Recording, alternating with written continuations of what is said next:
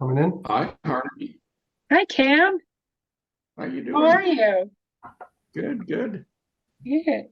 How does Cam have the magical power to unmute himself? I asked him to. Oh, there you go. Well, we'll forgive that. We'll forgive that. So You can mute me if you want. no, Okay. Cam, you're good. You're what do we call that? Alumni. So we're cool. Alumni. Yeah, well, let's get rolling here. Thanks for joining, everybody. And apologies if you got 2 notifications for the tasting. It seems Constant Contact does not like or work well with Office 365 temporarily. We're hoping they get that resolved, because otherwise that's a real problem, as it were, because that's how all of our newsletters go out. And it might also explain a few things without going into too much detail. While we're waiting for the last couple of people to show up, we do have some exciting news. We will be dropping in the newsletter tomorrow some new tastings, but they're already online now. I'm just going to share my screen here and show some of them. Some of them we've got images for, some we don't. So here we go. Starting Scotch Malt Whisky Society December tastings, those are going up tomorrow. In store, we've got Bruichladdich, Fraser Matthews coming to town for a Bruichladdich, Port Charlotte, and Oxmoor tasting. Then the SMWS in persons, as always, there's 2 back-to-back. That's sold out. We're going to do a casks tasting because we got some new casks in and we haven't done a tasting with them, and the year is almost over. So there's a couple of Aaron's, an Amrut, a Cavalan, a Gordon MacPhail Glentalkers, a stunning probably Glenlivet 24-year-old from Boutique, really good, and then a 10-year-old 100% Isla from Kilholman. And then we got a new Dathmill too, so we threw it in there because why not? I need to get a good photo for this, but we're going to have a baller Bowmore tasting with James Neal, who is the the Canadian brand ambassador for Bowmore. We're going to be doing a couple of 22s, a 25, the 29, and the 30. So it's a cool lineup.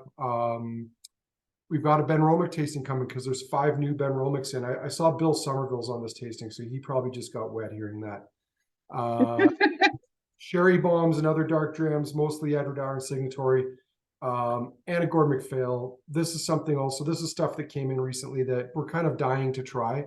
So naturally we put them in a tasting.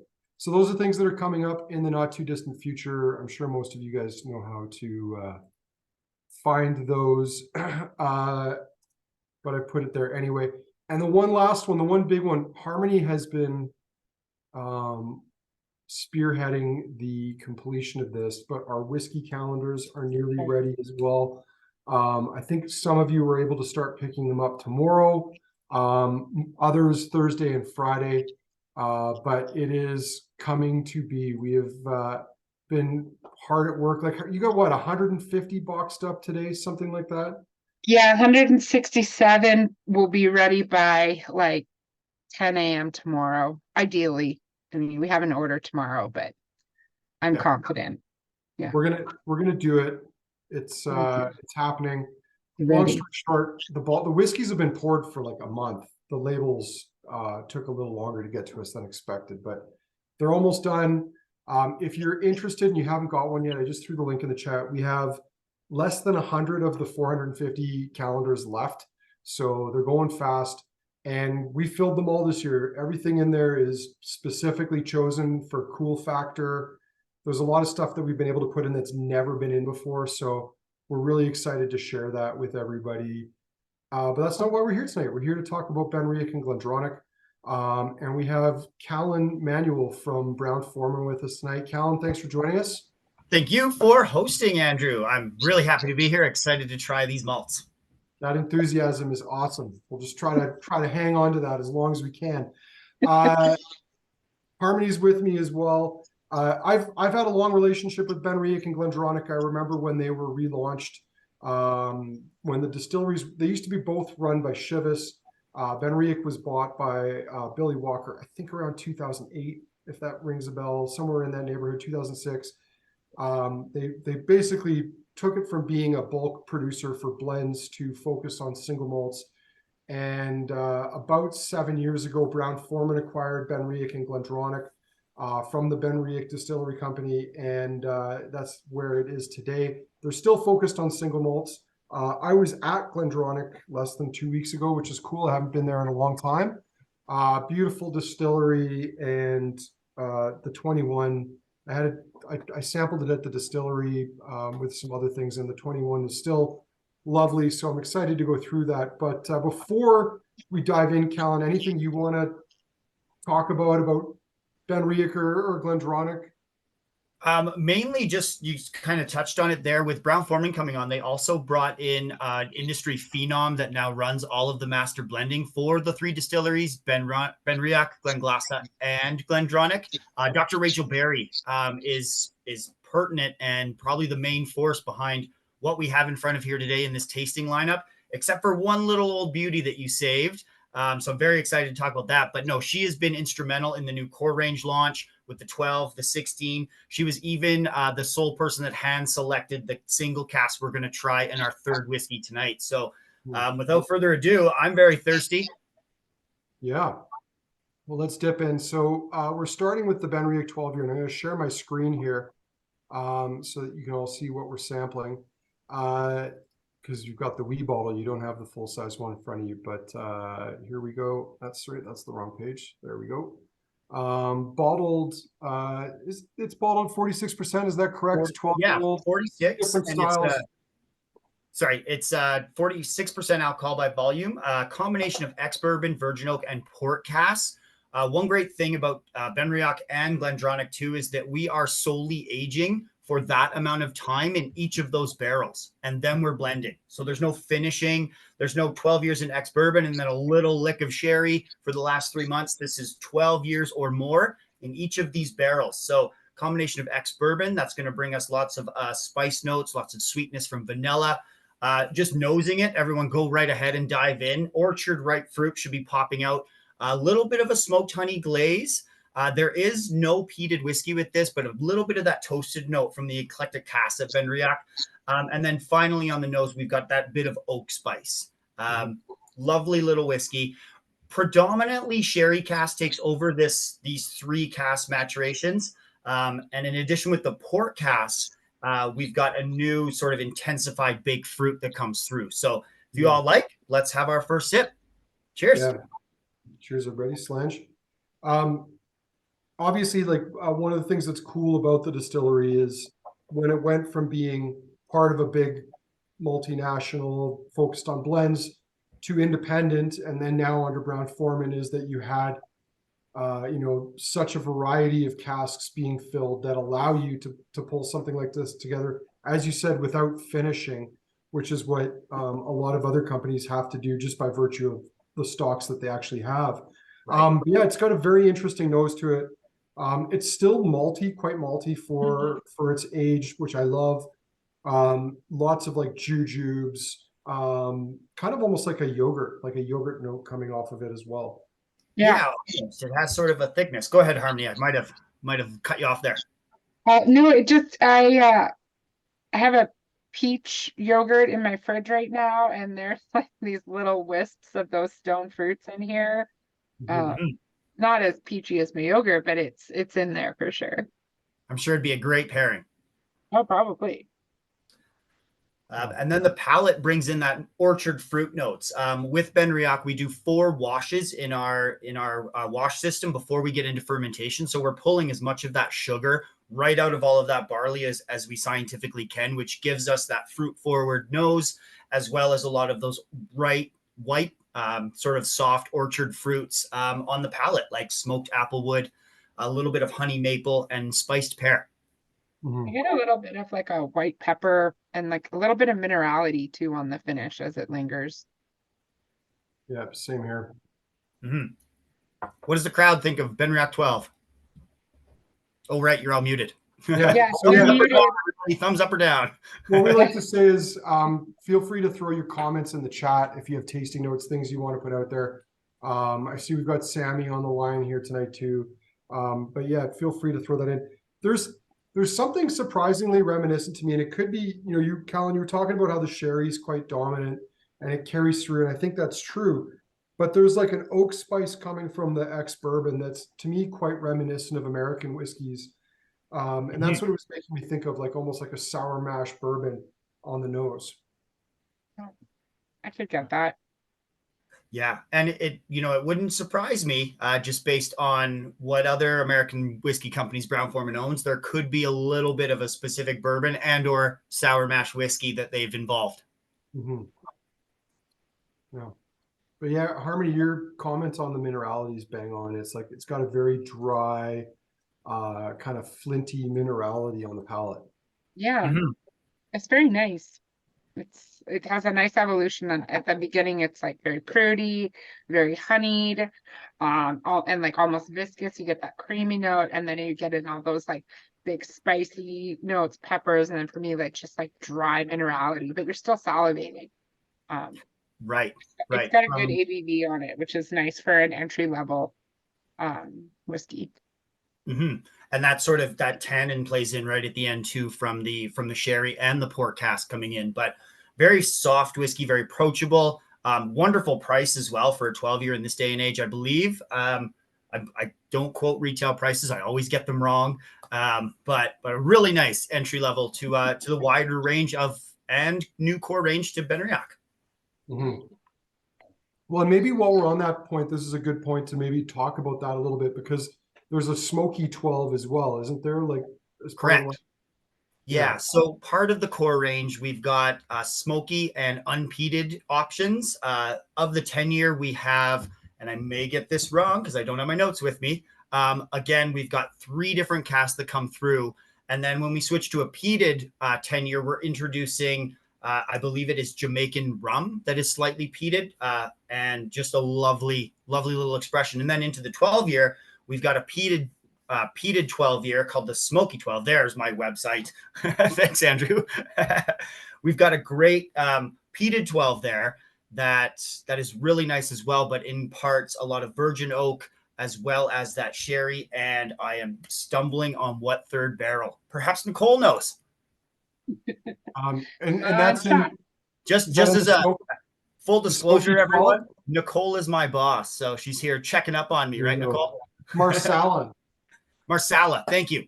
Thank you. It was, yeah, little Marsala. So that really rich sort of wine flavor comes through, brings in a lot of citrus notes too, I find, and works very well with the slightly peated smokiness of BenRiach. We are on the very baby end spectrum of smokiness. We're about 8 to 12 parts per million. So this is nothing like an Isla, nothing like, anything peated whiskey that we're all familiar with and some of us love fiercely. Mm-hmm. Indeed. All right. Why don't we move on to the 16? And I was looking for a photo, trying to find a photo of Rachel Berry, but they had a video, Perfect. which I wasn't sure. Well, I don't know how well that would work on our end, but we'll see. We might drag something up later. Also, I keep clicking on pages on the BenRiach website that don't seem to exist or are not available in our country. But yeah, no, they're having some sort of issues recently because I went there today too to find some other information and I was getting the 404 as I went along. So apologies. I'm sure there are people working on that. Well, we'll just have to make do, or make things up. I mean, if we Right. don't have the exact facts, we'll just make it sound believable and then go from there. Okay. I have a question about the nose on the 16. Mhm. Is this peated? Yeah, there's like a little bit of peat in here, whether it's an ex cask or you dumped it well. It is not. I think what's picking up is just that richness from the heavily toasted barrels. This is a combination of ex-bourbon, sherry, and virgin oak. So a lot of that spice is going to come through, and a lot of, because it's a brand new barrel, you're going to get that toasted charring note that you might perceive as that little peated sort of phenolic note. But on the nose, so some people, and Andrew, you might remember this too. BenRiach got really, really famous on their 16-year when they first launched it in 2004, shortly after reopening the distillery. It had won several awards, including one of the industry's most prestigious as the best Speyside single malt from the World Whiskey Awards in 2015.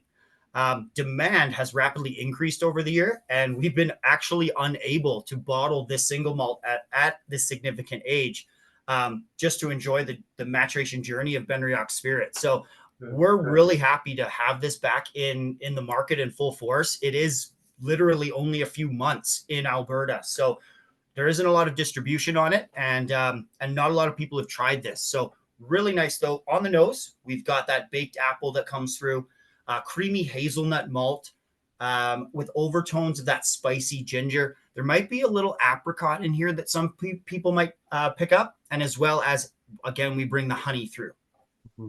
Yeah, lots of Sorry, like velvety toasted oak. Sorry, Harmony, what were you saying? No, I had to zoom in on the label because I noticed like their new packaging is really fantastic, especially if you're new to whiskey, and reading a label and selecting a whiskey can be very daunting, especially when you're paying, par 100 or so on a bottle. So their new labels have this like maturation barrel flavor notes bar at the bottom of the package, which for new drinkers is really helpful. But I've noticed on all of them, because they have like the smoky 10 and the smoky 12, they have a smoke level rating, and it does say trace of smoke on here. But again, I mean, you're not wrong, Calin. It could be very much just from those new toasty casks. But Yeah, it's probably, I'm kind of on that. I think it's probably like barrel char, like virgin oak. Yeah. Is all over the nose on this right off the hop. And it's interesting that that's still part of this, because I think if you step it back to when they first came out with the 16, Billy was using virgin oak to finish whiskey that wasn't maybe what he wanted, but to give it that velvety, thick, creamy character to make it a more interesting whiskey. And then by blending things together, you get something great. And I love that it's still a portion or a component in that today, because you don't see a lot of virgin oak in whiskeys of this age, because it has the risk of running roughshod over everything else.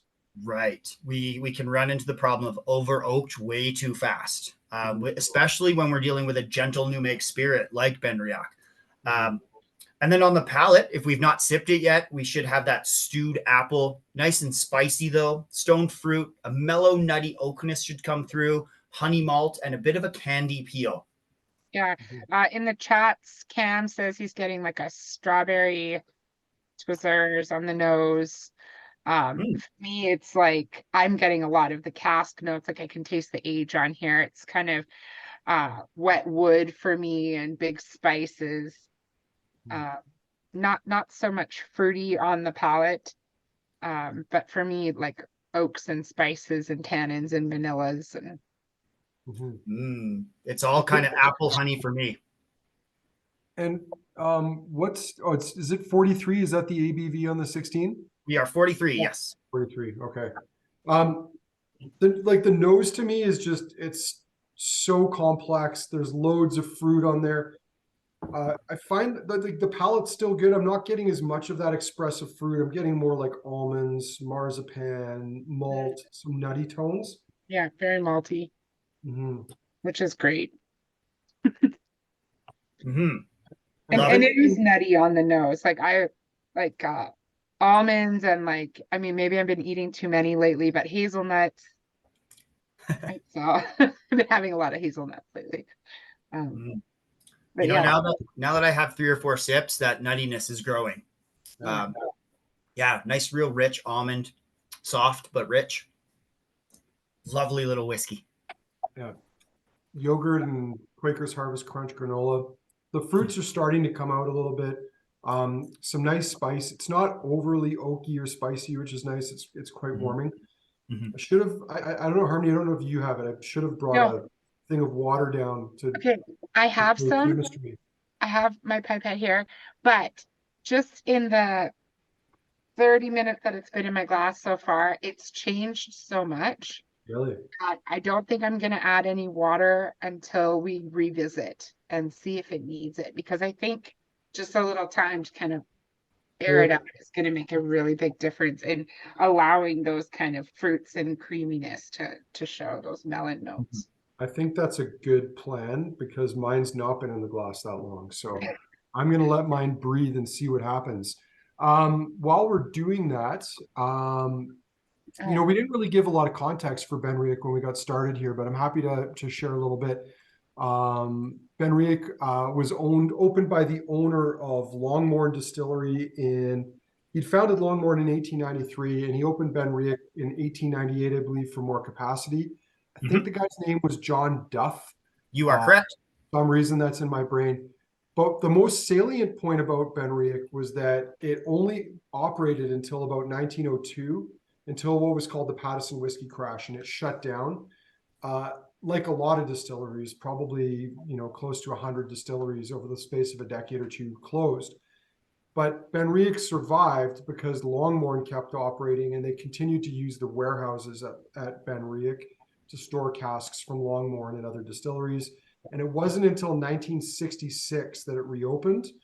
So like at the time that it was reopened again, because I believe it then closed 2000 to 2004, something like that. When it reopened in 2004, it had been closed more years than it had been open, I think is kind of one of the things and this is not unusual. A lot of distilleries have had these boom and bust histories. But it's cool that BenRiach has survived to that point, because it's a fascinating distillery, having gone there many times, you know, over the years to visit it. And the other interesting thing about it is, in its latter years with Chivas and the other prior owners, they started doing things like peated malt, triple distillation. And when it was acquired in 2004 with this concept of going in the single malt direction, the first, Billy and Co. and then Brown Forman had all these interesting components to work with, from triple distilled whiskey to peated whiskey, that most other distilleries were starting to do in order to give themselves different products. And they already had this stuff in their warehouse, which is quite cool, including this cask, which predates both Brown Forman and the Billy era, this BenRiach 1997 24-year-old. So I'll put that one up on the screen here. Oh, And this is nose. special. I'm so mad I spilled this. Oh, dear. Also, to answer your question, Andrew, no, there's no more in the store for open samples. I'll have to remedy this short pour Well, it's interesting. There's similarities to the 16. I mean, that yeah, both have this sort of velvety, I don't know, wood shop note. Like, this reminds me a little bit like going back to like junior high wood shop. I decided I'd, rub the little bit of the spill on my hand, and that was exactly what I got, was that wood shavings.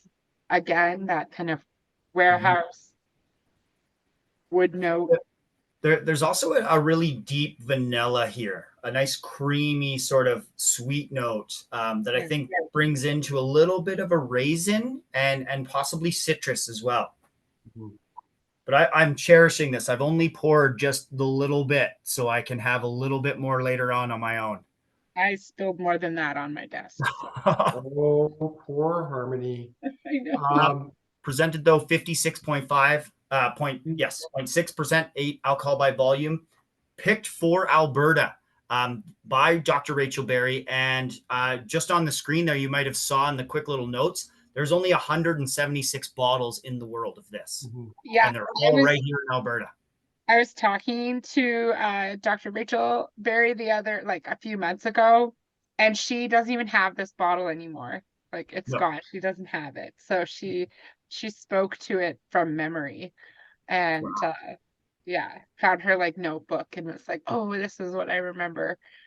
And it was, she selected a few casks for different markets, but yeah. And this isn't even on their website that they've announced that this is in Canada, because it is so exclusive and just so limited that, they didn't even put it in their cask bottlings. This was just we snuck it in for the wonderful people in Alberta.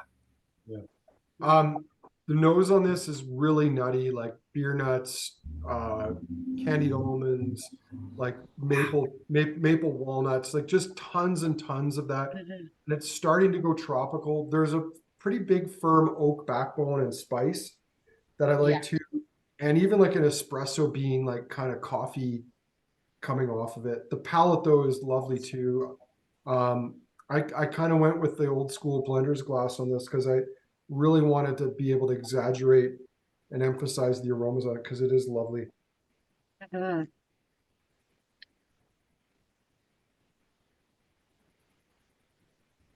And the palate, nice spices, again, very nutty. You're starting to get like some tropical fruits coming out. A lot of apples still, Very melons and apricot, but it's going in that tropical direction. The wood spice is nicely balanced. It's not too strong. It's not getting into like those bitter tannins at the back end. So Mhm. yeah, it's got a nice balance to it. Again, mine have not been in the glass very long. I'm interested to see how that will evolve over the course of the tasting.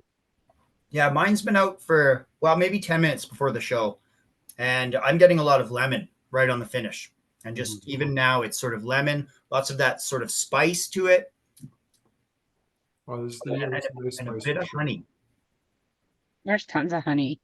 I get like if you buy a bag of like the like candied mixed nuts, it's like you could pull out all of the individual nuts with that like toffee coating, Mhm. skins and no skins, and you could almost find each nut in this bottle. This is delicious. With Mhm. my humble and bias hat on, I'm amazed. That's my first time trying that. Everybody, wow. You want to hear something even more amazing? Mhm. It's on sale and you will save $187.50 on this bottle right now. And the store's still open right now, isn't it? It's still Nope. open. Oh, right, you closed. Now Yes, Closed it in. somebody, I was. Oh yeah, I guess we did. Yeah, 8 o'clock, Right. boss. True story. My you computer haven't still changed your thinks it's time. 8:30. It is not adjusted to daylight savings time. Uh, So that's embarrassing. yeah. Um, So retail's like $562 right now instead of $750. So that's pretty amazing. That's great value. it's a deal. What do the crowd think out there? Thumbs up?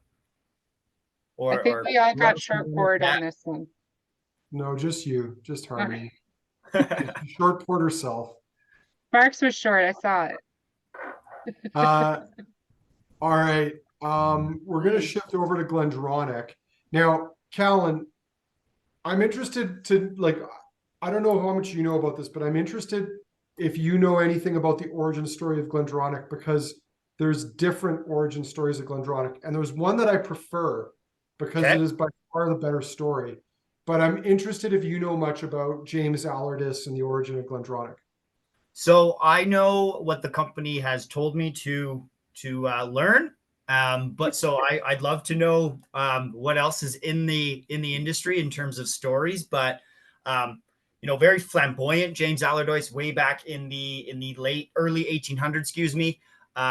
Did a lot of traveling between Tennessee, between Spain, just to see what they were doing with sherry cask production, as well as what was happening in Tennessee with sour mash.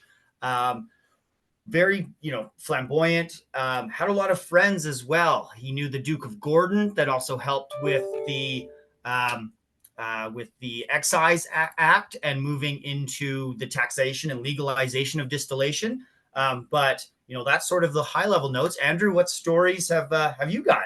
Oh, Callan, I've got a good one for you, and I think maybe we should let people have a sip of this dram as I tell the story, because Oh, I mean, it's interesting you mentioned that, because the founding of the distillery, 1826, it's about 6 years after they changed the laws on the size of smallest still available. They made it easier for people to get a license.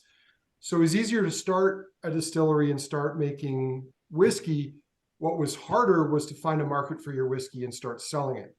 And the story I heard, and this goes back to probably around 2010 when GlenDronach started rolling into Alberta, because I think it was acquired by BenRiach around 2008. And yes. the story they told, which I love, and I think they probably stopped telling it at a certain point in time, was that James Allardyce had gone to Edinburgh. By the time, I'm assuming this is early 1830s now, he had actual whiskey to sell. And he'd gone to Edinburgh to find a market for his whiskeys, and he went into all the bars, and they tasted his whiskey. They said it was good, but no one asked for it, so they weren't willing to take a chance on it. And the story continues that perhaps to console himself of his misfortune and not being able to sell his brand, he comforted himself with a couple women of the night in Edinburgh. Even to this day, and it's true. My friend Lily confirmed she lives in Edinburgh. There's a triangle just down from the castle called the Pubic Triangle, which has strip clubs on every single corner. There is. So he's in Edinburgh, which was the biggest city in Scotland at the time. They called it Auld Reekie because it was so smoky from all the coal fires burning. He apparently was consoling himself with these ladies, and at some point in the night, our lady or ladies chose to give one of them a bottle of his whiskey, and the next morning they came back and asked if they could have another, and that gave him the idea to pay the prostitutes of Edinburgh to ask for his whiskey by name in the bars. So when gentlemen would offer to buy women a drink, because that's where you would typically meet these ladies of a certain character, you would offer to buy them a drink. And if they were proper ladies, they'd say no. But if they were open for business, they would accept your offer. And that's how GlenDronach got its start. And it must have been a good strategy because by 1840, it was the biggest distillery in the Highlands of Scotland. So there's a little tip. Yeah, that I wouldn't be surprised if there was a lot of truth in that story, and Andrew. Just the way the world was back in that time, you needed allies, and wherever you found a kind ear and a soft pillow, that's sort of where history's made. Yeah, I don't doubt at all that story, but I don't think it's official. Not part of the official Brown Forman anymore. I get it. I understand that. I mean, 2010, even by today's standards, was a different time. It was a different era ago. That's right. So we're on to the GlenDronach 15-year revival. Even pre-BenRiach acquiring GlenDronach, I think GlenDronach 15 had a reputation that went back, I think, into the late 90s. So this was something that they made as a staple when they revived the brand. But even then, they kept running out of it. It was just not something that they could provide in a quantity that it would ever meet demands. Yeah, Calin, what do you want to tell us about the GlenDronach 15 here? You've touched on that. This is one of the unicorns when it's seen in town or on the shelves. People do rush for it. It was, we're not going to talk about inflation in the past recent years, but years ago, this was a great price dram for a 15-year. When I started in this game, I was buying it for $90, if you can believe it. And now I don't think it's under 150. But 46% alcohol by volume. I think it's the best of everything that GlenDronach has to offer. It has a little more richness than the 12-year and not the big heavy price tag as the 21. So it's a great middle ground. Obviously non-chill filter and natural in color. But one of the most standard and desired expressions in the core range from GlenDronach. And if I remember correctly, it's a mix of PX and Oloroso sherry. So you're getting Correct. both the sweetness of that PX side and then the nutty notes coming in from the Oloroso as well. And chocolate. Yes, tons of chocolate. A bit of a walnut liqueur, some might find, instead of that chocolate note. Lots of cherry, bright bramble. And if you're not from Scotland, a bramble is a tiny blackberry. All over the distillery at GlenDronach as well. That's sort of the other thing that, well, we'll talk about that with the 21. Whoops, almost jumping ahead. On the nose, let's go back to the nose of the 15. Maraschino cherries, we've got that dark chocolate that Harmony called out, a little bit of mint too, orange, and then that walnut liqueur I really, really like on here. But for a 15-year, I think it's one of the most complex and most developed that we have available to us.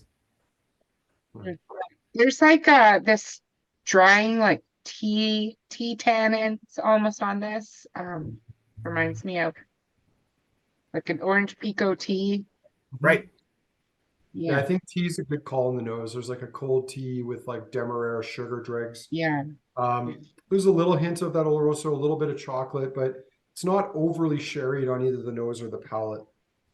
No, it's nice. And there's like a nice there's just a spice in there that's really nice. And it kind of, there's a cooling note like mint, but it's not quite mint for me, but there is a cooling feeling. Right. right? And just going back to James Allardyce, who formed the relationship with a lot of sherry producers in Andalusia. I'm not sure if I pronounced that right. Right in the sort of southern edge of Spain, right by the Rock of Gibraltar. And that is a relationship that, regardless of the ownership, has maintained this entire time. So we really do have and are still bringing in the very best sherry casks from that little region in Spain. Both Oloroso and Pedro Jimenez going to give us those sweet fruitcake notes, sultanas, a drying nuttiness even, and then all of that fruit, the big berry notes that PX brings. Let's all give it a sip if you've not already. Well, I'm well ahead of you. Mine's almost done. Ditto. Yeah. Well, I got to leave a little sip for our speed round at the end. Cherry compotes, lots of berries, mandarin orange, and that rich milk chocolate comes through as well. Yeah. To me, the surprising thing is just like there's so much spice to it. It almost makes me wonder if there's like a virgin oak component to this too, because of that kind of velvety creaminess and that really, really firm spice element creeping in. Yeah, it's like they accidentally splashed 1 or 2 barrels in the blend. Well, but I mean, some of that stock could have gotten moved around from different cask types. I mean, Totally. and I'm on the distillery side in this. I know a lot of people used to get nitpicky about single casks from GlenDronach because when BenRiach acquired it, they would marry, hogsheads and bourbon barrels into fresh sherry and call it a single cask. And from my perspective, I think that is legitimately a single cask. Was the whiskey you bottled identifiably from one like identified source at the end? Whether it started in a couple of other different ones doesn't matter. To me, it's more like that everything from cask, 93, 1400, that every bottle that says 1993 cask 1400 is going to be the same. It's the same thing. So I wouldn't be surprised if there was some stuff moved around, or it could just be like the way that some of these like sherry casks are seasoned. It might just be a little different, like a different parcel of casks. Totally. Yeah. It's very different though than than what I remember of the older 15, which was also older. Like it was gluten. Well, yeah, that's a good Not point. fair. Some It's of those not- other ones were older than they claim, but Yeah. that same rumor harmony can be applied to what's next. But we'll save that. Right. Well, next is I think the Portwood. Oh, 2 from next. Yes. 2 from I next. know what you're getting at. Well, on that note, why don't we, or unless anyone's got anything else they want to add or share, why don't we move on to the Portwood, which is next in the lineup? This has a very porty nose. Yes, incredibly different. And we don't really, it's not clear on the bottle or anything about this Portwood. It is a non-age statement. However, I guarantee you, all of you, this is a 10-year whiskey. We've spent 7 years in Oloroso as well as PX Cask, and then we finished all of that whiskey in port pipes for 3 more years. So a very long finish, which is why we're able to move it into a Portwood classification. 46% alcohol by volume. Very different than its sort of close cousin in the 15 year with the same sherry maturation. Just that extra port has given a whole bunch of bramble, Victoria plum, strawberry notes, and cherry notes to this. A lot of spice as well. I really think the nose contains a really nice sandalwood or even ginger spice note to it. Really enticing though, but strong on the nose. Yeah, I get more like eucalyptus for me than sandalwood, but I know exactly where you're going with that. The nose is almost too much for me. I can't decide where it's going. But yeah, there's definitely a lot of different fruits and layers, and there's also this dryness even on the nose that you can sense. Yeah. Well, it's Yeah, quite. might pucker. Sorry. Go ahead, Yeah. Cal. Sorry. Oh, I was just gonna say this might pucker a bit on the palate. Yeah, it's so like full disclosure, I'm typically not a fan of port cask whiskeys. It's just It's a personal thing, and a part of it is if you understand where the casks come from. I find oftentimes they're not. I don't know. They add a mustiness to things. Sometimes it's good, sometimes it's not. You definitely get a chocolatey element coming, but you're going to get that anyway. I haven't even tasted it yet. I've just been nosing it because there was something on the back end of our site. I was looking into this because I noticed we're out of stock on it, and we should flag that back as on pre-order for when we bring it in again. But it's port casks for me are very hit or miss, and they're hit or miss, I think, because most port casks that I think we're using are not what the industry uses for like maturing long-term maturation. And I think sometimes producers make the mistake of leaving them wet and then filling them with whiskey rather than properly dumping them or even rinsing them. And I think what ends up happening in some of those cases is you get sugars and acidity coming from the wine that just don't work well with the spirit maturing in the cask. Now, that said, I'm not finding too much of that on the nose. I think where that happens is it goes into this really acidic, really sort of, I don't even know how to describe it, but like it's just too winey sometimes. And I think the producers that do a good job of it are probably rinsing the casks before they put the whiskey in and getting that residual wine character out before they actually put in the whiskey.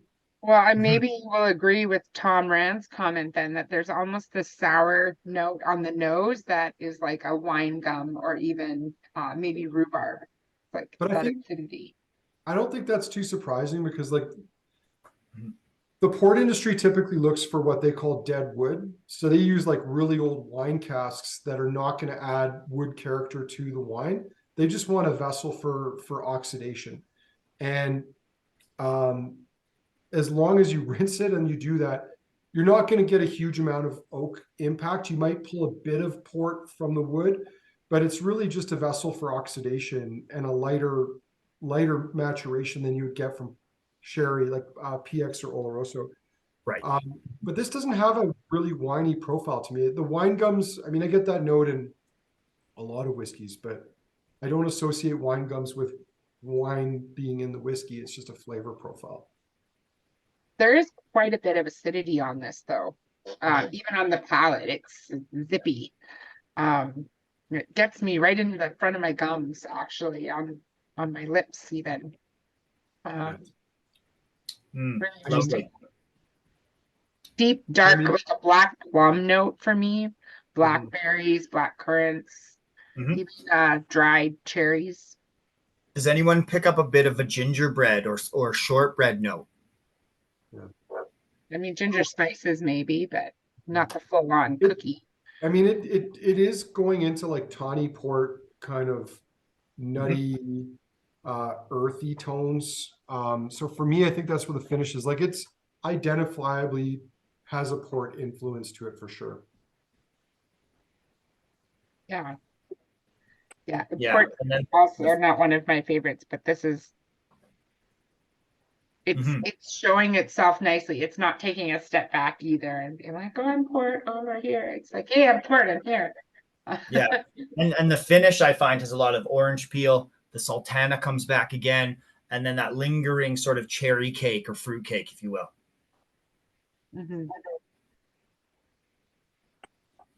Yeah. Very cool. Lovely little one. Oh, perfect. Mark S. Yes, please bring more in. Thank you. Thank you, Mark.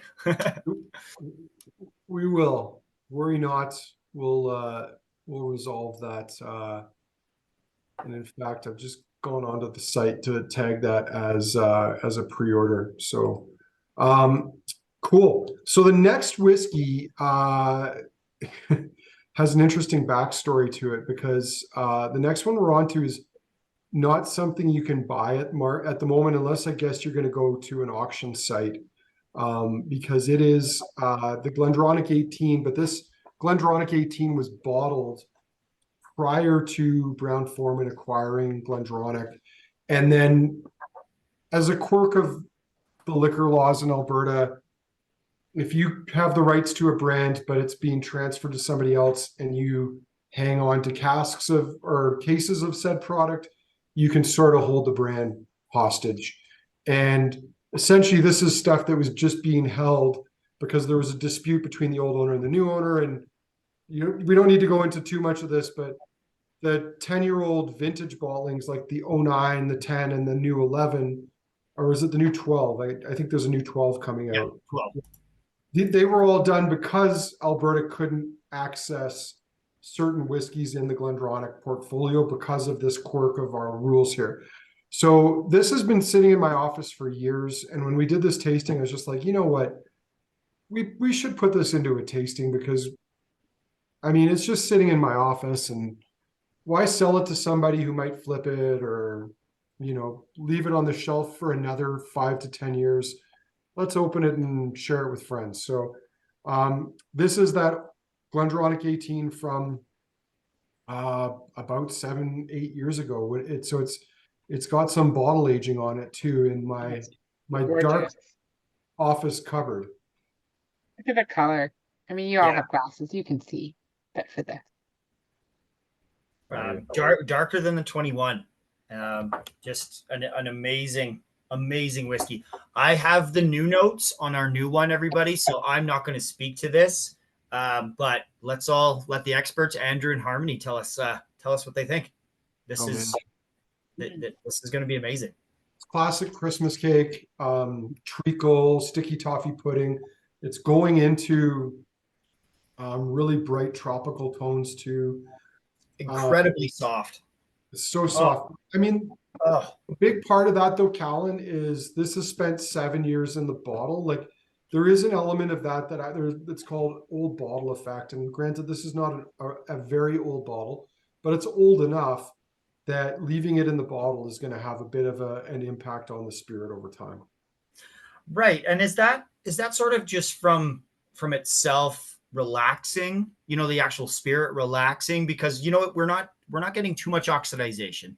We're definitely not getting you're getting a little bit. And that right. little bit of oxidation, if you think about it, corks are designed to breathe. So if you have changes in air pressure, that's going to allow very, very small amounts of air to push in and out of the cork.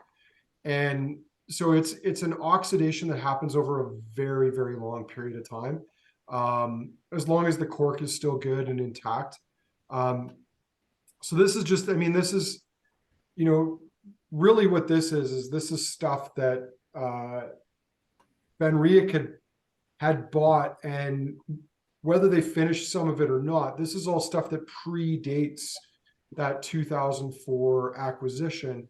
Mm-hmm. And was a lot of, I think, what made them, in especially the early 2010s, such a hot distillery was all the stuff that had been laid down in the decades prior to the acquisition. Some of it was finished, some of it wasn't, but yeah, this is classic old school style sherried whiskey. Frankly, most distilleries don't really have anything quite like this anymore because they can't get the casks the way that they used to.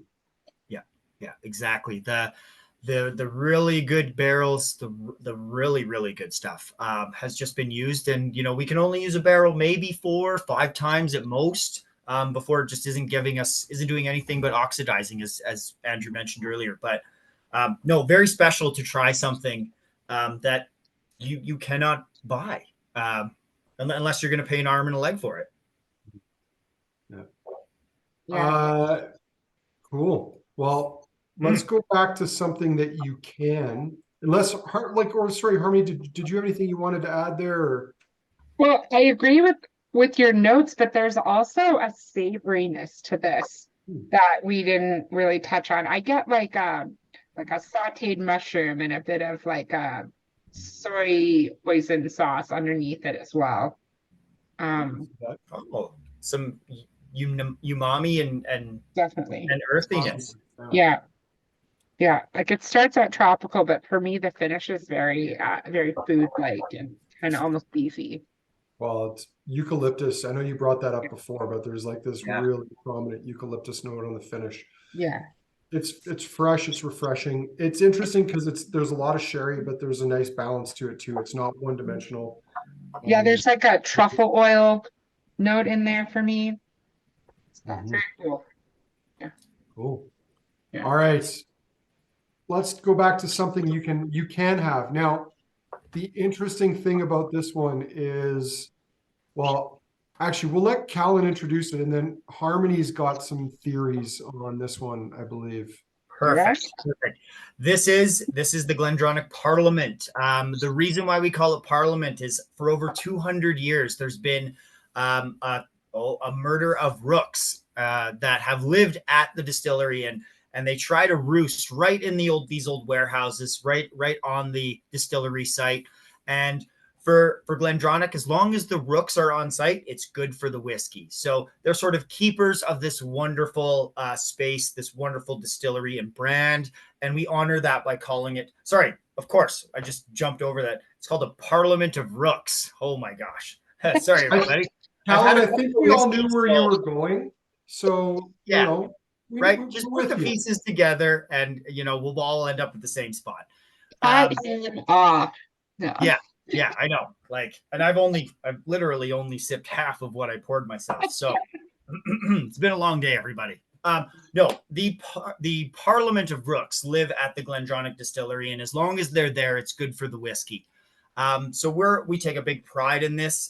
This 21 years is sort of the pinnacle of the core range and is presented at 48% alcohol by volume, very similar to the 15, as in it is finished with Oloroso and Pedro Jimenez. But the complexity are so much more. Before we get into it, let's just have a nose, everybody, and thumbs up or down on just the nose. Oh, well, it would be kind of hard. Anyone who's going thumbs down on this is being, I think, a little too hard, because this is a lovely whiskey. Thumbs up. Yeah, there's no thumbs down on this. If there's thumbs down on this, you're kicked out of the tasting. I'm going to eject you. Take your whiskeys and go. Yeah. The nose again has a bit of an old school sherry vibe to it. Yeah. It's not quite as intense as the 18, but what it lacks in some of that intensity, it makes up for in subtlety, and that subtlety is kind of nice. I mean, if you're especially having a couple of glasses of something, you don't want something too strong because it's going to exhaust your palate. And I love whiskeys that allow some of that oxidative character of the spirit to shine through. So a bit of sherry is great, but too much sherry and you lose something at the same time. Okay, this is a weird note. You know, have you ever done like a ham with pineapple rings on it, but then you saved some of that pineapple and ham till tomorrow, and it's a grilled pineapple? That is what I'm getting a little bit on the nose. It's like that old ham and pineapple. the old grilled day after ham and pineapple note. I'm not getting Thanksgiving leftovers. Yeah, It's just last Thursday, Cap. I know this might be sacrilege for some people, but I'm one of those people that believes pineapple has no place on pizza or meat. But that's just me. I have very strong opinions. So It's okay. You're allowed to be wrong sometimes. I get the pineapple blackberry. note on the palate is bang on. Like there's a grilled pineapple note on there for sure. Yeah. But it's not like a super fresh grilled pineapple. It's like it's kind of soggy and been sitting there, is what I was getting at. It's in like a biodegradable takeout container. Is that where you're going? Definitely a hint of Ziploc in there. Oh my gosh. I'm on the blackberry and plum train. I hope the other viewers are too. Mix of oatmeal biscuits. There might be some oak fragrances come through, but you know, soft, very well balanced. The palate has got that bitter chocolate sort of note to it. That plum, I'm stuck on plum, everyone. I'm not sure that's what the 21 brings to me is plum, a little bit of cinnamon and nutmeg as well. But very nice. Whatever spectrum you're on or train, whether it be plum or pineapple, I think it's a great whiskey. Mm-hmm. Yeah, no, it's pretty great. I like the palate too. Just very comforting, and like you said, it's full of sherry, but it's not too much. It's not in your face. But it does kind of, you know, it kind of perks up and struts its stuff though. It's not meek. No, not at all. And still, you know, mellow but vibrant and fresh for a 21 year. It's great. Mm-hmm. Yeah, there is a nice freshness to it on the palate. I'm getting lots of like melons, apricot, a bit of like jammy notes coming through too. It's got a nice long finish to it. I think in some ways it's probably suffering from the order we placed it in. I think this probably should have gone before the 18. I think it would have showed a little bit better. So I don't know, maybe in the speed round, we flip them around and do this before the 18. Yeah. I'm gonna swap them right now. Yeah. All right. And I'm going to swap the bottles too, so I remember that we've done that. I don't know if anyone else has any other comments on the 21. Bill Diamond, quick question. I assume the link will be shared after the tasting ends. The link. Was there a promised link? I mean, that's an interesting question. I'm going to look into that because, quite frankly, maybe we did allude to something. Oh, the recording.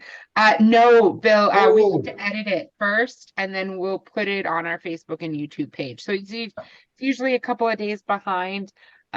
Forgive us if it takes a little bit longer because I still have like 240 calendars to make and I might make Evan help me. So Yeah, well, the Facebook one will be up right after the tasting.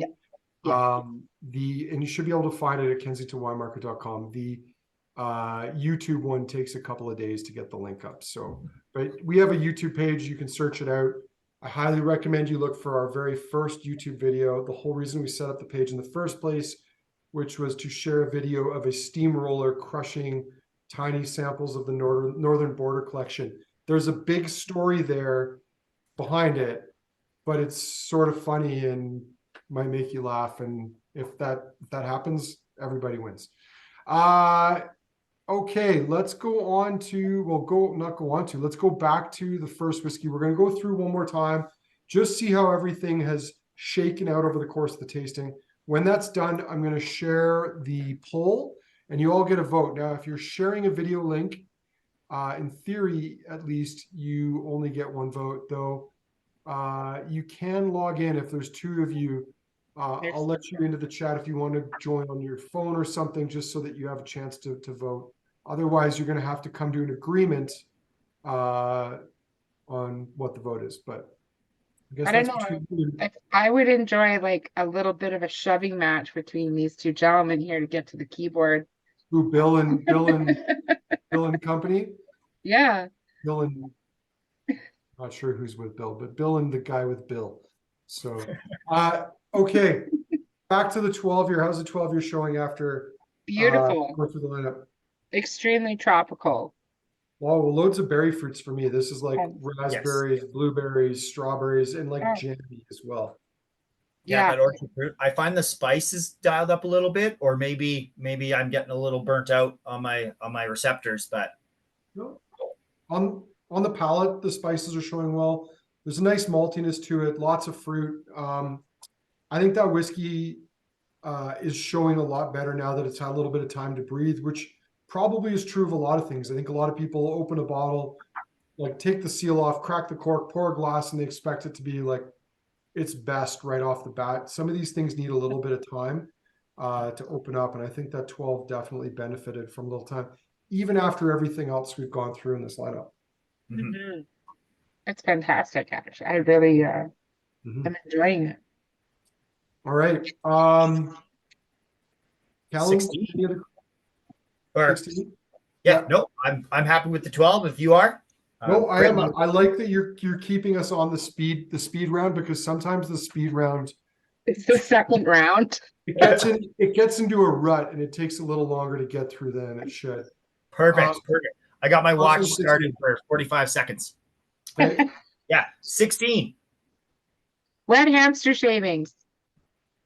Again, I still have that baked For me, apple it's more like a creaminess. number 6 pencil or whatever those pencils are that you'd get in high school. The HB2. HB pencil. Oh my I gosh. remember No, chewing on those, and I don't get that flavor. Mm. okay. It was These are more mine. the shavings, the wood shavings on the nose. Yeah, it's the wet pulp mill in Taylor, BC. That's what it is. Mm. The palate's really interesting. I'm getting like, I don't know, like this chicken soup savory thing on the palate mixed with a little bit of like salted caramel. Hmm. It did not go where I thought it was going.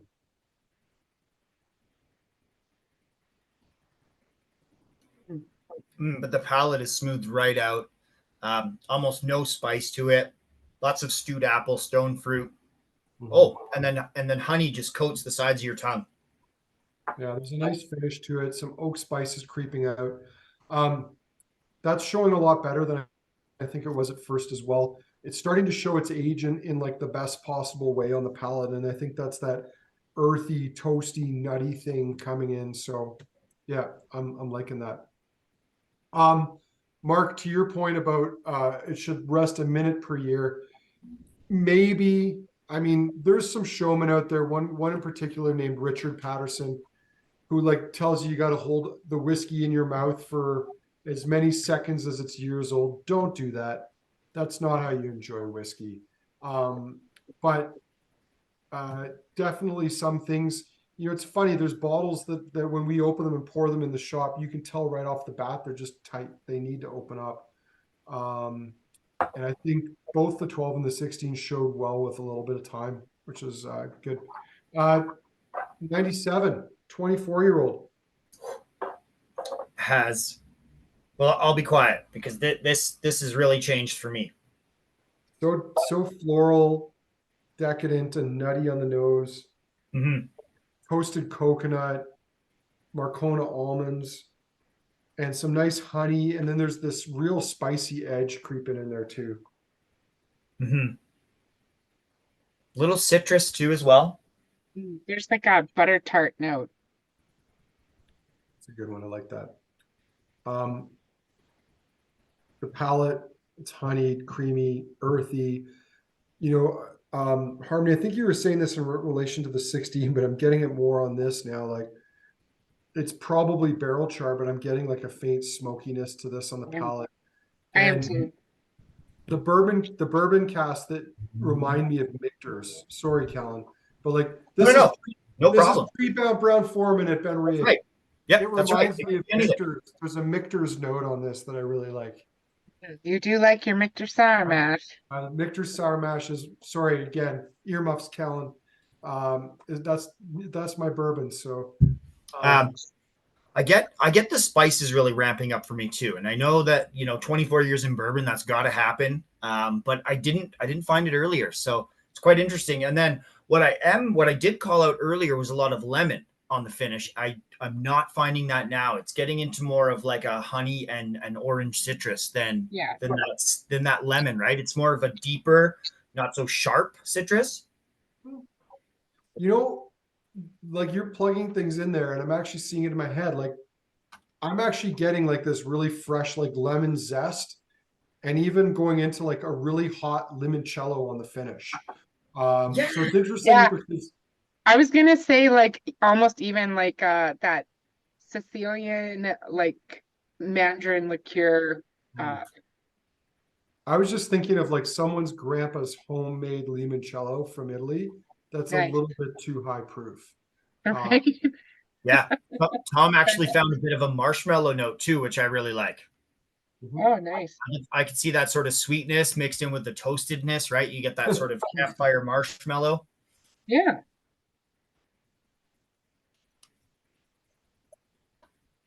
15. Let's keep her going. Yeah, I'll save some of that. Okay. Yeah, I've saved just a little bit of. I probably have 7 mils to enjoy later. All right. This is toastier than I remember this 15. Let's water. Let's clear the palates. Oh, sure. I'll join you with some water.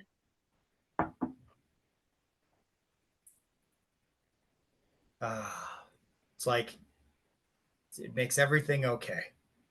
Water or whiskey? No, the whiskey. Just say yes. Yeah. The 15, I don't know. It has a special place in my heart.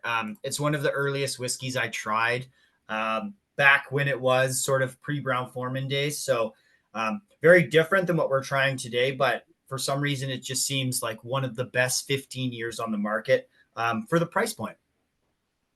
There's something that reminds me of the dipping sauce you get for pot stickers, like Japanese pot stickers. Oh, Yeah. the sort of plum spice.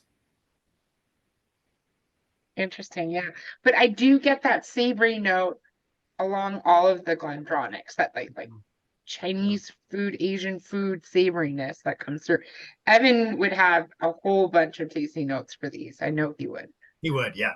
Demerara sugar, tea dregs still, little bit of like candied fruit coming through too, and some spice. Oh, lovely. Yeah. All right. Portwood. Now this portwood should have calmed down a little bit. Oh, it's pretty loud. Oh no, it didn't at all. Wow. Super spice right off the top. Well, That plum underneath, but it's oh, it's the boysenberry hero jam that you get at like German delicatessens. And like a nail salon. There's like a nail Fantastic. salon. yeah, I'll near take me. offense to that. What are you talking about? The nail salon is one of the happiest places on earth. I don't know Yeah, what I'm talking about. but the wave of paint thinner when you open the door. That's the colors of happy. Oh, it's something, all right. Ah, it's yeah, I think we're going back to this is just it's a cask style that I personally struggle with so much. I I just like don't the nose more than the palate for me, agreed. Yeah. but it's okay. It does still show some malty quality, which I can appreciate after three heavy wine cask. And it's not too whiny, which is the Mhm. Yeah. biggest pet peeve with port cask whiskeys. I mean, one thing that also has to be acknowledged is that a lot of these things will change slightly from batch to batch, including the 15-year. So I keep an open mind. Some batches don't always agree with me. Doesn't mean the next one won't. Just putting it out there, maybe a future tasting is port finish, and we sort of dial down on the good and bad of port in Andrew's perspective or Harmony's perspective. I was And just this gonna say I'll go perspective- with Harmony that We tasting. can She put can together have it. some really good port finish whiskeys. I think I have Yes. 3 in my shelf already. So So just waiting for the day to be open. Andrew's perspective on that tasting would be do that tasting when I'm not in the country. Perfect. I'll plan a trip to Zimbabwe or something just for Yeah. the But actually, it is already somewhat on the docket, Cal. We did a Neat. sherry versus sherry cask tasting. And although it was crammed in between many other wonderful tastings, it didn't receive the attendance I'd hoped. It still had good attendance. And we've had requests for more of what Evan calls finishing school classes, like tastings, where Great. we take on the different styles. So Eli, Jeff, and I are already kind of brainstorming some finishing tastings. So That's port where is the wine and whiskey worlds come together. I support that tasting 100%.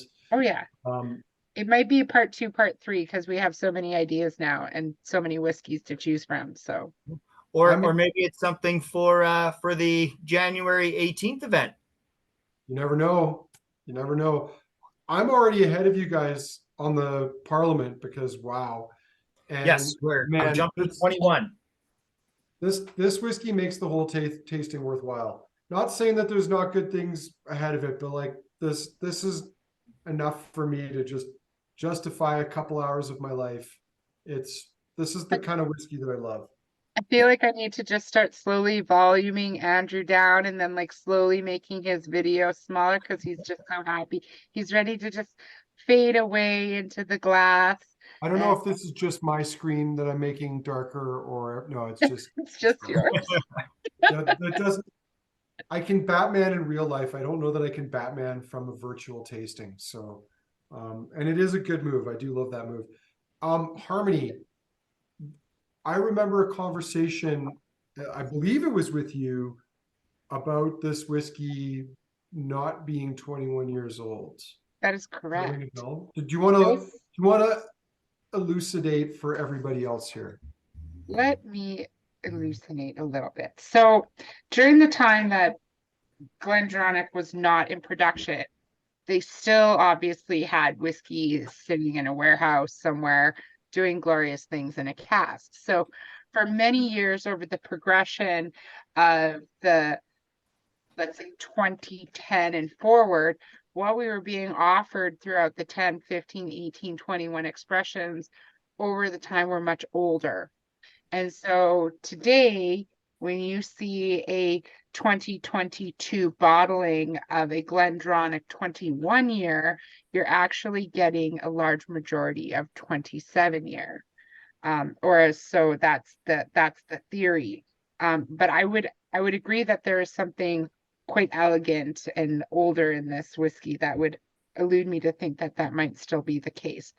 I know they have 21-year-old whiskey in a barrel, but they're probably likely having to blend it down into other things as well to maintain those age statements. So the beauty of 2023 bottlings is that it's likely going to be about 26, 27 years old. Mhm. Am I wrong, I Pat? Can you even confirm speak to that? nor deny any of that. Not Well, deny. That's It's what I it's heard. a theory, and we'll take it, and we'll Yeah, run there's with it a and cool call it the chart truth. online. I remember having for many years having to deal with people coming in and opening every bottle of the GlenDronach 15 going, what's the date on here? What's the date? And I'm like, come on, you're 15 people behind. Like people have already gone through these. Oh no, I'm gonna check anyway. Yeah. Did it for the 18 and now they're doing it for the 21. Speaking of the 18, Mhm. let's move on to that because that's the last one before I trigger the vote here. Thoughts on the 18? It's like a mild, savory Dr. Pepper. Okay. See, That's I'm a now, and this might be again because I've got a little bit of 21 on my palate, but I find leather now is coming out. A lot of that sort of richness. It's still good, but it's not as good as I remembered it from the first pass. And in fact, I think overall, I think the 21 has a nicer structure to it and style. It the sherry is just really kind of goopy and in your face. And when we first tried it, it was really kind of going into these nice tropical, sticky toffee, Christmas cake territories. And now it's a bit more like bitter and frankly tannic. So It is quite tonic. Yeah. I mean, I think this one is time has not been as kind to this one in the glass as it was to some of the others. Which is not to say it's not good. It's just not as good as it was the first time around. Hey, I'd still be happy to share a dram of this with anyone. Mm-hmm. But You the are point is, sharing it with like a dozen people right now. that's right. Well, but The point is, the it's over first at time around, Anderson's. I thought this was like the showstopper in the whole tasting. And now I'm not sure if it might still make my top three, but it wouldn't make my top two. So Very You cool. are, Yeah, you are a cheers for tough sharing. judge, Andrew.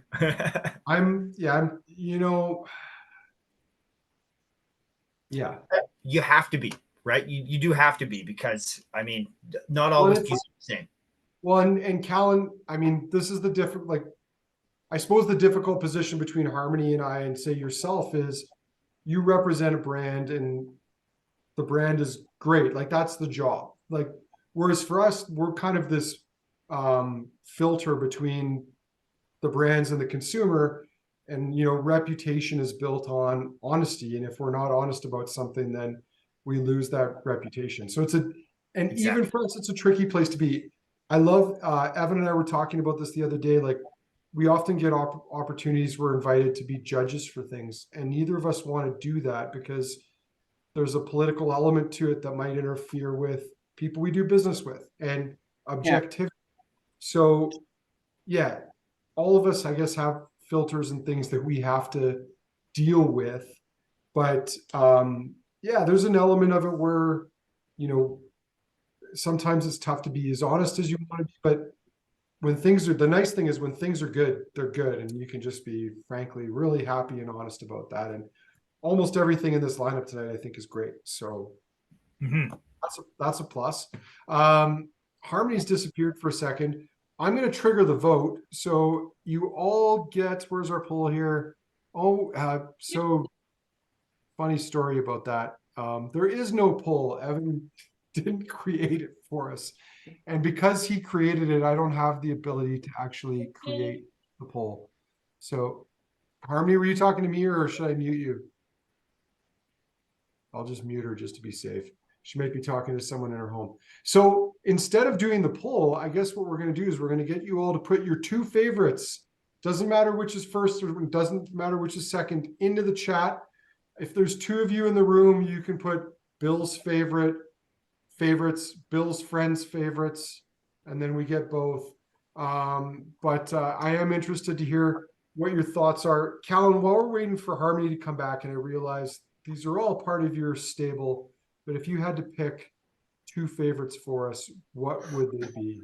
So I think this is actually easier than I thought it'd be. The BenRiach 16, really nice whiskey. And then, I always lean to a single cask because I'm a sucker for rarity, but there's something just about that 21 year that I really love. So my top two, BenRiach 16, GlenDronach 21.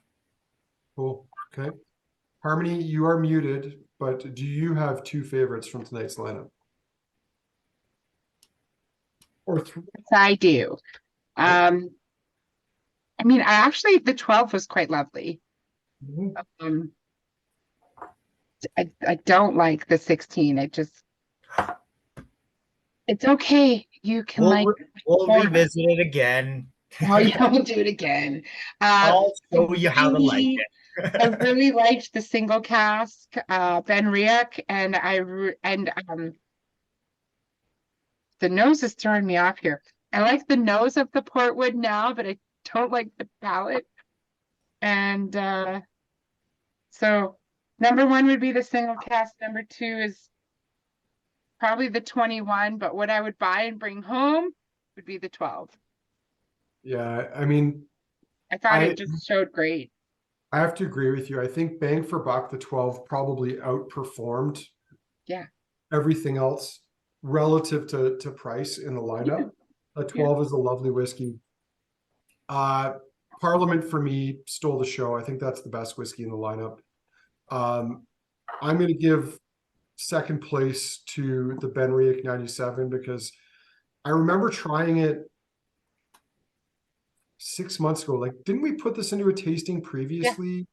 Yeah, I thought so. And I just, at the time, I remember just not being wowed by it, but I think it showed a lot better tonight. For me, the surprising thing is I thought that GlenDronach 18, when we went through the first time, was going to steal the show, but it really didn't. And it's not bad. It's just, it didn't stand up. So I think Parliament for me, BenRiach 97. And like you said, Harmony, like I actually like the 16, but the 12 for me punches above its weight and its price point. The 16 makes me sad for personal reason. Just like I used to rescue hamsters, which is a silly thing to say out loud. I know that. I used to rescue hamsters from little 3 and 4-year-olds who lost interest in their gifts of hamsters. And so there was a time where I had many, many hamsters. And there's this smell of like a leaky water bottle on a clean wood chip bed and like fresh cut apples. And it just makes me miss my hamster days. That is pretty funny, actually.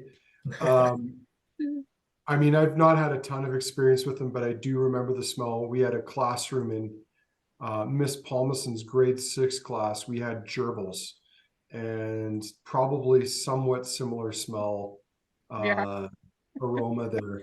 Though when you started talking about rescuing hamsters, I just had this vision of you like breaking into school classrooms at night and like rescuing the hamsters from the classroom. To give them a more dignified home. No, it wasn't that ambitious. It was just like I had a friend call me not too many years ago and was like, hey, I was walking home and it's like -12 out and I found a hamster in a hamster cage at a park. Will you take it in? I said, no.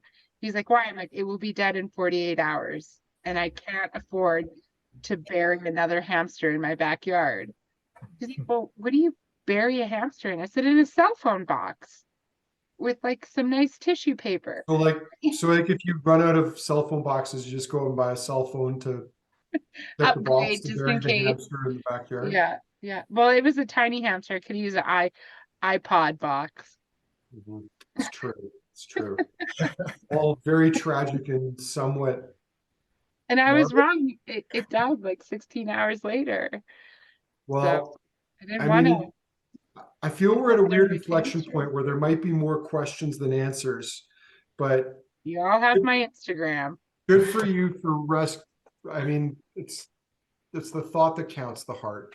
Uh, some quick comments here from people here for favorites. We've got the BenRiach 97 and the 12 for Tom. We've got Cam saying the BenRiach and then the GlenDronach 18. Simon has got the Parliament and then the BenRiach 97. Steve's got the BenRiach 97 and then the GlenDronach 18. Hong Hui has got Parliament and then the BenRiach 24. And Steve apparently has hamsters in his house because he totally gets that smell. So it's good that we've got that little nugget for everybody. People. We're almost at the end, unless anyone's got any questions that they want to ask, which we may or may not be able to answer, but if we can, we will. Well, Mark really likes the port. He said it earlier. He's reiterating again. The port is lovely. It's well represented. The BenRiach in 1997 single cask is amazing. But dollars per dram, Portwood's from. Oh, and what? Go ahead, Calin. Just gonna say you're not alone. The Portwood is pretty popular, and you know at whiskey shows or anything like that I've brought it to, it has been a favorite. Of course, I've only I think had the 12 beside it and our 10-year PX. So it's just that next level of complexity. But yeah, I'm a big fan of the Portwood too. Sorry, I'm just replying. Hongri was asking if we're going to do a cat. We did like probably 10 BenRiach casks and 7 or 8 GlenDronach casks back in the day.